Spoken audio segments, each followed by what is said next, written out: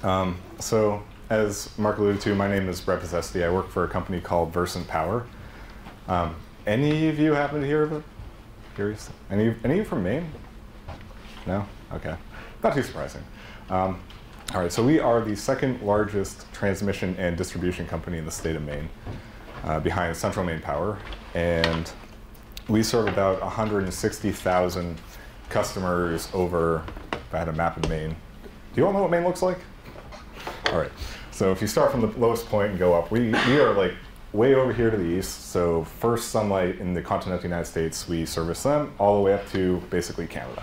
So very small utility company, but with a lot of data, lots and lots of data. So it is a very, honestly, a very important part of my job, but I'm actually relatively new to this role for this company, as they have just, with me, 3 weeks ago, created a data engineering department. So I'm the first person to do this job at this company. So it's been a lot of fun, mostly skunk works and R&D. One of the key takeaways, I guess, that I'm not going to talk about would be work for a small company, get your hands dirty. Like literally, you could go work for a very big company and spend a lot of time doing one little thing, or you could get the kitchen sink thrown at you all day, every day. Hey, we have a problem with this, go deal with it. I don't know what that is. Well, we don't either. Go deal with it. Okay, sure. That sounds good. But anyways, back to more pressing matters. Data security, or probably data governance, is everybody's responsibility. You cannot hear this too soon, and you cannot start practicing this too soon, as we just found out in a very embarrassing way to me. So let's start with a question. So can you guys read this in the back? That's kind of small. Okay, so essentially it says you're in IT and the business asks you to do something for them. What is your immediate answer? For most people in IT, it is no. We do not want to be bothered. No, actually, I'm just joking. It's always yes.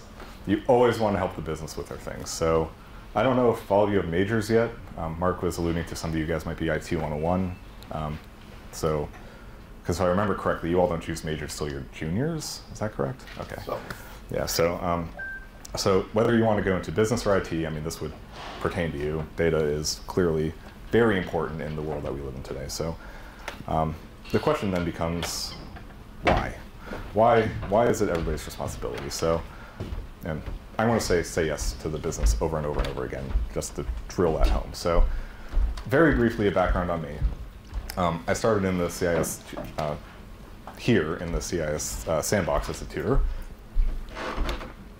Way over here, back like, has it been 10 years? Okay. I worked for Citizens Bank pretty much upon graduation as a financial analyst, so business side. I'm going to jump over to Bowdoin College, where I worked as an applications developer, IT side. I want to skip through this a little bit. And then Elevance Health, which used to be Anthem. You probably recognize Anthem a lot more than Elevance. They changed their name right after I left, where I was a business info developer, consultant, buzzword. They love their buzzwords. Yeah, actually, Citizens, fun fact at Citizens, if you work there for more than 5 years, they will add a VP to your title. In 10 years, they'll add a senior VP to your title. So you could really call somebody up who's a CSR who's been there for 11 years, and they'll be a senior vice president of customer service relationship, which is kind of hilarious, I think. But currently, I work for Versant Power, data engineering. This is a relatively new job for me as of 2 weeks ago. Granted, I've been doing it for the 2 years I've been there, but they finally gave me the pay raise, woohoo. And as Mark alluded to, I'm also adjunct CPT faculty at Central Maine Community College. So I teach a class right now called Digital Forensics, which is mostly security related. But I'm hoping to get back into like SQL and Python going forward. So a bit of my background, actually I'll go back for a second. So a couple of schools, health insurance, banking, utilities. I think most of the major industries. So things that I've found here apply to all of them. I want to talk about things that literally apply to all of them. Like no matter where you go, you're dealing with technology more than likely, you're dealing with data, you're dealing with people. And as far as data governance and data security is concerned, people are going to be the weakest link. So having all of you learn a little bit more about this will hopefully help all of you, as well as whatever companies you wind up working for. And here we go.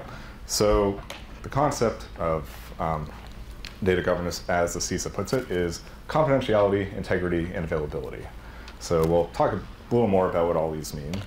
So confidentiality is, and I have to go look at the definition too. When information is read or copied by someone not authorized to do so, the result is known as loss of confidentiality. So essentially, you want your stuff to stay secret. You want it to be confidential, unlike me, who puts a YouTube video up that market blackmail me later. Throw 3 hours Brett, for can you this. speak a little louder? Sorry, I'm just talking under my breath. It's okay. So the problem with confidentiality is really, I'll give examples of this in a minute, but lack of authentication, insecure passwords. You will see this all day, every day. So bad, makes me cringe. Lack of SSL. How many of you know what SSL is? So secure socket layers, it's what turns HTTP into HTTPS. It makes your web traffic between your computer or your phone and the server encrypted. Plaintext files and plaintext passwords. So some examples of running into this in the real world is insecure passwords all the time. Past companies that I've worked for, so data engineering, I do a lot of data pipeline development. I do a lot of DBA work, so like moving data from place to place, storing data in one place, building the pretty charts and graphs everybody looks at. I kind of fill all of those roles, as well as some software development like Mark talked about. And one thing I've seen over and over again is insecure passwords. Passwords that are the same as the username, passwords that are like 5 or 10 characters long, passwords that are your dog's name, your sister's name, your mother's name, your school's name, like you name it. Insecure passwords everywhere. So problem with that is clearly people can hack it. Like if they know what system you are, what your username is, and they can guess your password, they're you, effectively. So one of the things that I took some IT security training through SANS a long time ago. So if any of you get into like cybersecurity, SANS, SANS is a really good industry leader in cybersecurity training. And I watched one of their trainers hack like 15 passwords in 20 minutes. And they essentially used a rainbow table attack on it, which is like you just guess passwords over and over again, but using a list that you provided. And like he just took a random database sample from one of his clients and he hacked all of them in like 15 or 20 minutes. It was depressing, but that's not an uncommon thing. Like people use stuff that they remember, and what they remember are things that are common to them. So their dogs, their mothers, things that people can find if they look at your social media profile, things that they can find if they know anything about you, which with the internet is not hard to do.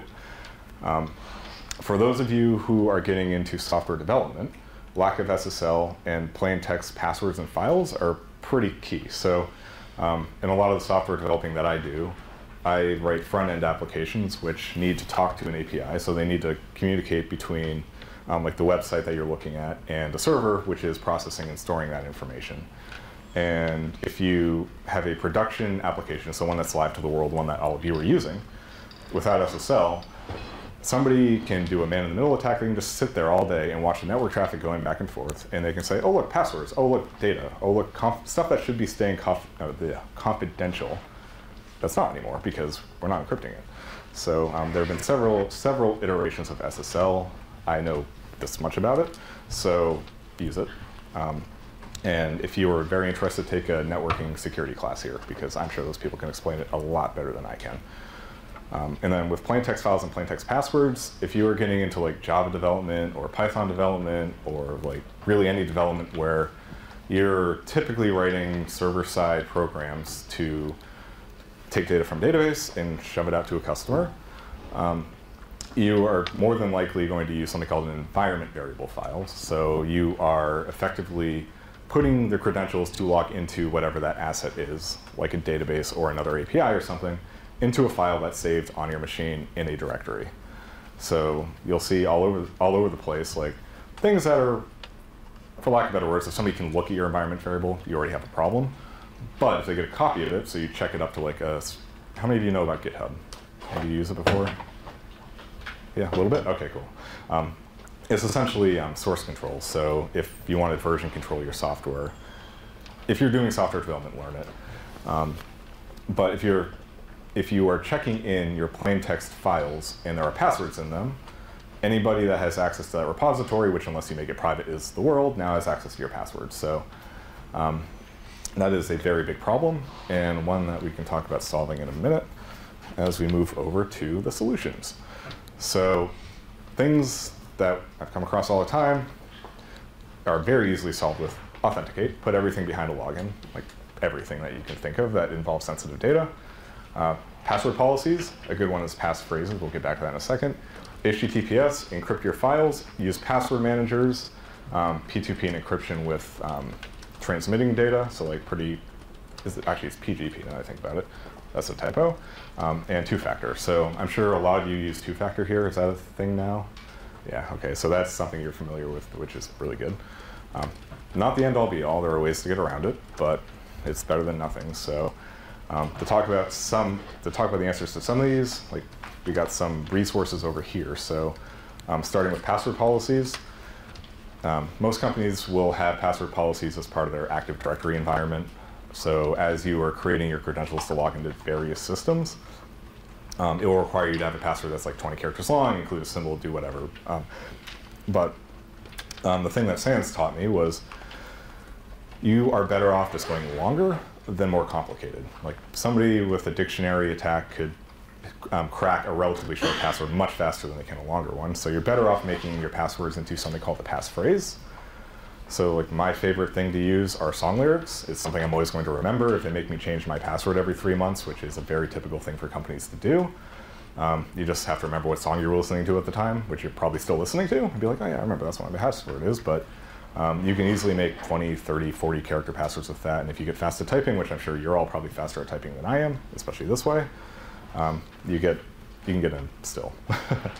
Encrypt your files. So like the environment variables I was talking about earlier, I wish I remembered what the Java library was to do that, but they had a command line tool that I used, which essentially allowed you to encrypt the file in place, and then when you were going to compile your program, it would decrypt the file, shove the credentials into it, and then like compile the program. So it was in plain text in memory for maybe 45 seconds, so it wasn't a huge deal. But the way I get around it now, especially with like Python classes, they teach Python here, right? If you want to learn programming, that's the way to go, in my opinion. It is used everywhere.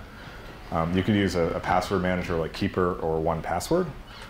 These are both pretty much as secure as you can get from a password management perspective for storing your passwords. So, and what I like about them is you can, assuming the password policy allows it, not all of them do, you can create like 50, 60, 70 character passwords, save it here, and now you only need to remember your password to get into this. So you make your password secure enough, and then you have access to every password you need in your environment, which if you're doing systems administration or if you're doing like software development, like I've got a whole variety of databases I'm logging into all the time, they all go here. I don't remember any of them. I have no idea what the passwords are. Somebody could hold a gun to my head, and I'd be like, yeah, I have no idea, you gotta go look at this. So, and the nice thing about this is with most programming languages, like you get into Node.js, or like JavaScript, or Python, or Java, both of these tend to have APIs that you can utilize to get your credentials at runtime. So, so what I do is like in my script, I'll say, okay, script start running the program. I give it a UID, which is the ID for the asset or the password in this system or this system.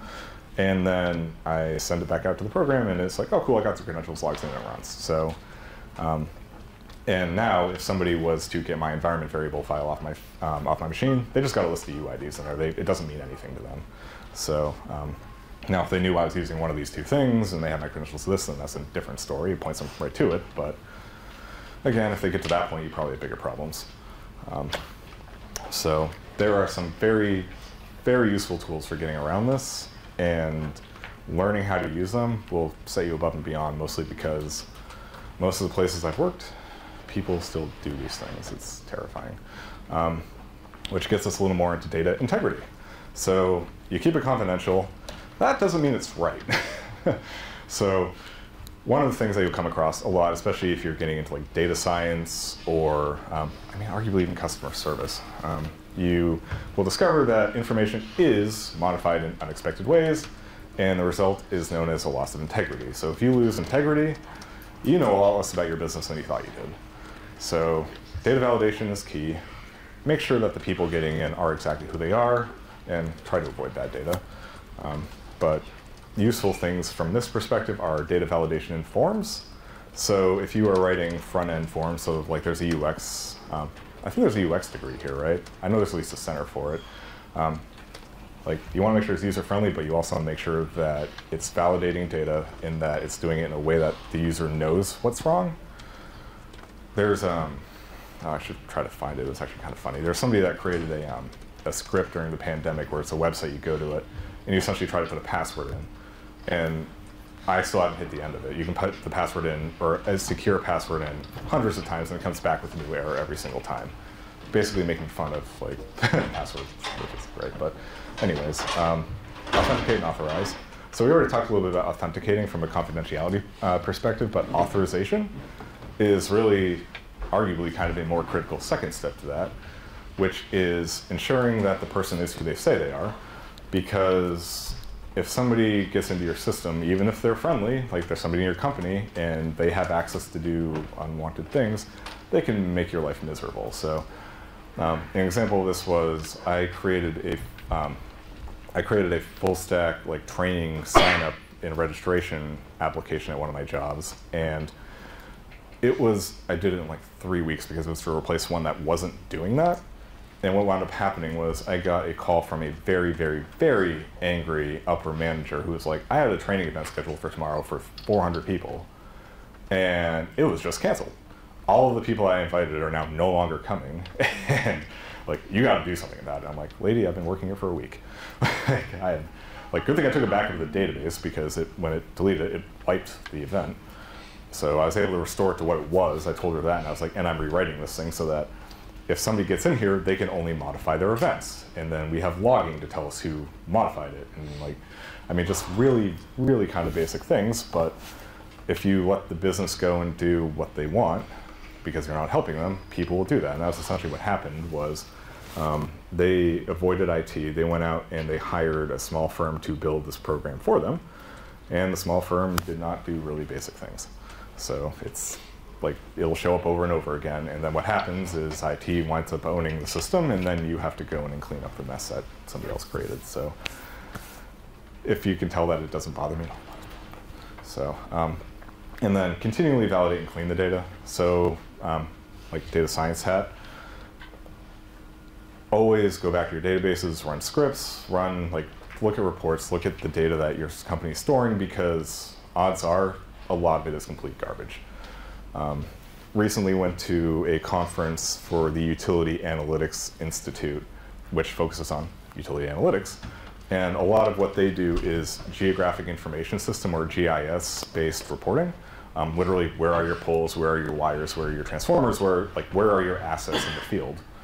And the company that was presenting was an analytics company themselves, and they did a presentation where they were like, the first 10 companies that we consulted with and beyond, but just it happened that every single one for the first 10 had something in their GIS system that was wrong. And they had like a whole nice smorgasbord of pictures of poles being on the wrong side of the streets, like substations not being where they said they were. I mean, it's just all sorts of stuff. And if you're, as a data scientist, which those of you interested in data and doing reporting for businesses might be, like, that's critical. Like, if you don't know where your stuff is, you can't help them. Like, especially where we are. I mean, we're relatively remote, we're relatively small, so if we have a substation that's in the wrong place, we're thinking we're building a transmission line to it, and we're building a transmission line to, they'd figure it out before they started building, I would hope. They would. But if they didn't, then you could be building something to the middle of nowhere.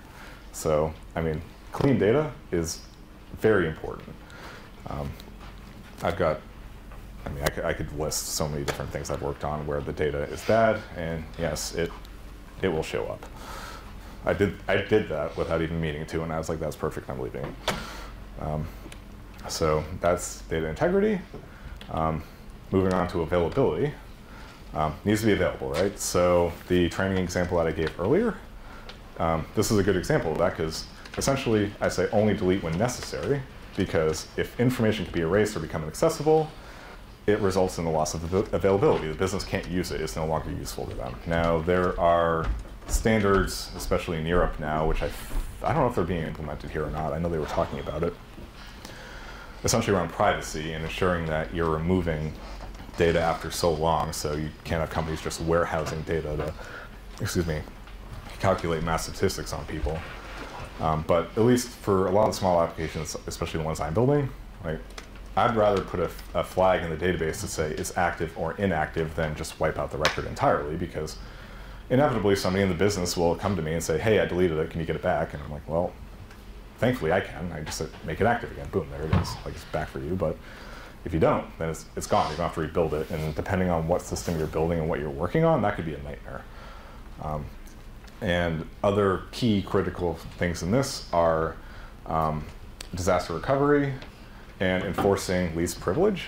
So that way, and this kind of goes back with the integrity piece too, where somebody else could go in here that's not supposed to be in here and wipe it out. So a lot of companies will enforce a policy of least privilege, which essentially means you only have access to what you're supposed to have access to. And that is very important too. I mean, especially at smaller companies, but sometimes larger too, depending on who you know and how you can get access to things. You can get administrative rights to lots of things, and that's a giant security hole, but that also means you have the power to kind of do whatever you want. And people do a lot of bad things with that. And if somebody on the business side gets it, it's not so great most of the time. So, because, I mean, they're just trying to get their job done. You can't fault them for it. They're just trying to do things as fast as they can. They've got a bunch of people yelling at them too. But they also don't typically have the same training that like people in the tech world would have, as well as the same motivation to keep the data clean and valid and available and confidential. So, so this is something that is a necessary like headbutting between the business and IT a lot of times, mostly the data governance boards, but very critical. Disaster recovery plans, something's going to go wrong eventually. Make sure you know how to handle it. Like systems are going to go down, you're going to get ransomware attacked. Like make the assumption that it's going to happen and prepare for it. And then same idea with backups. So thankfully with that training event, I had backups, because if I didn't, then I mean, it would have been fine. She would have figured it out, but it would have been a lot uglier than it was, because she at least had her customer list to reach out to say, hey, you all actually have to show up tomorrow. My event is still live. So again, like, the business side comes to you with a pressing matter, especially as it relates to data or technology, work with them. Like, one of the things that I've noticed, especially with a lot of the IT-facing people that I work with, is we're all introverts. I mean, I work at home in my basement on my own all day, every day. This is like 8,000% the people I normally see. So for most of us IT people, we don't really like talking to people. So get out of your comfort zone, do it. Go talk to people. Like, that's mostly why I wanted to go teach, was to like actually get out in the public and to talk to people again. So having the option of like working with the business to say, hey, like, I understand you're running into a critical problem. You need a solution. Let me be that person. I can be here to help you. I can help you identify what your problem is and help you through it. So sometimes I come to you with crazy things like, oh, this training event website, can we just say, Alexa, schedule this event for me? I'm like, probably not. These are Medicare-aged people. I'm not sure how many of them are actually going to use an Alexa, let alone how to interact with it, let alone know what to ask for. But I hear you, you want to make it easier to search. So then you can work with them on making the UI friendlier, or making sure that their events get published out to a social media page, or whatever it is that they're looking for. Because typically one small ask leads to many, many more asks, especially when you deliver. So with all of that, questions?